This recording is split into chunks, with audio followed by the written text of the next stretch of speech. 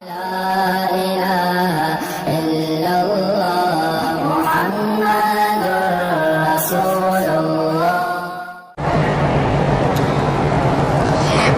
سے احرام کے بعد نکات باندھا، تھکاوٹ ہو گئی، گرمی ہو گئی، پسینہ نکلا، ہوٹل میں نہانے کے لیے واش روم کے احرام اتار کے نہانے کے بعد دوبارہ کوئی بات نہیں، نہا لیا تو کیا ہو؟ تو جب احرام نہ اتارو گے تو نہاؤ گے کیسے؟ اگر اتار دیا تو آپ کا عمرہ اس میں بندھا ہوا تھا، آدھا تو بھاگ گیا ہوگا۔ کیا جاہلوں والی باتیں، کیوں مجھے تنگ کرتے ہو بھائی؟ پھر قسم کھائی ہوئی ہے، پھر کہتے ہیں کہ جب ناراض نہ ہو آدمی۔ بھائی اللہ کے بندے، حمام میں ہر کوئی جاتا ہے، چادر اتار لیتے ہیں۔ آج کل کموڈ ہے، ہمارے دیہاتی لوگ بیچارے کموڈ یوز کرنا نہیں جانتے، وہ ڈر کے مارے کہ پلیتی نہ ہو کپڑے کو لٹکا دیتے ہیں اوپر، کوئی حادثہ نہیں، کوئی مسئلہ نہیں۔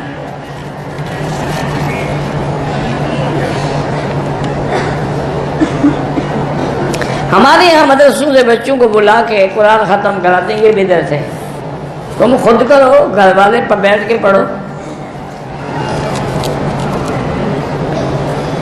عمرے کی نیت تو میں نے دل میں کی، لیکن تلبیہ نہیں پڑھا، کچھ پڑھا کہ نہیں پڑھا پھر عمرہ نہیں ہوگا۔ اگر لبیک نہیں پڑھا، الحمدللہ پڑھا، سبحان اللہ پڑھا، اللہ کچھ تو پڑھا ہوگا، نہیں پڑھا پھر عمرہ نہیں ہوگا۔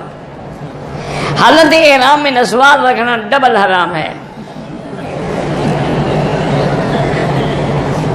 میں نے اپنے والد جو زندہ ہیں 1,00,000 کلمہ پڑھ کے وقف کیا ہے، اس کا اجر ملے گا؟ ہاں ملے گا۔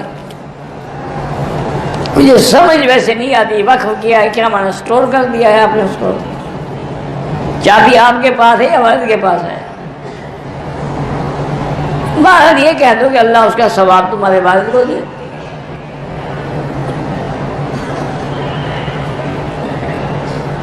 تین سال ہو گئے میری منگنی کو، دعا کریں کہ شادی ہو جائے، تم پیسے شیسے اکٹھے کرو، ہو جائے گی۔ بھوکے ننگے کو کون دیتا ہے؟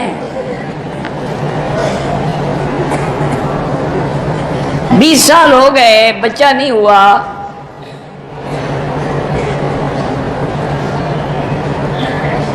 بیوی کو خاوند نے کہا کہ تم کسی اور مرد کے ساتھ رات گزار لو، چونکہ میں تو اولاد پیدا کرنے کے قابل نہیں ہوں۔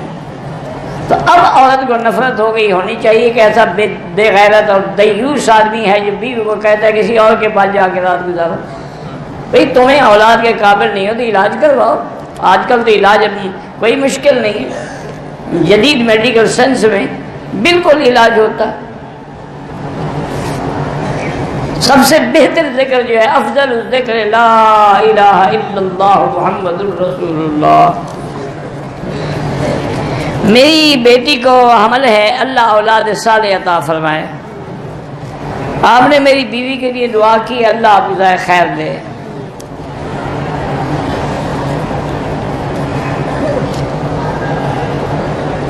بہرحال رسول یہی ہوتا ہے کہ مغرب کی اذان کے بعد 2 رکعت نہ پڑھی جائیں تو افضل ہے۔ بعض علماء کہتے ہیں چونکہ یہاں ٹائم دیا جاتا ہے، اگر اس میں پڑھ لے تو مستحب کی حد تک، لیکن حنفی مسلک میں نہ پڑھنا افضل ہے۔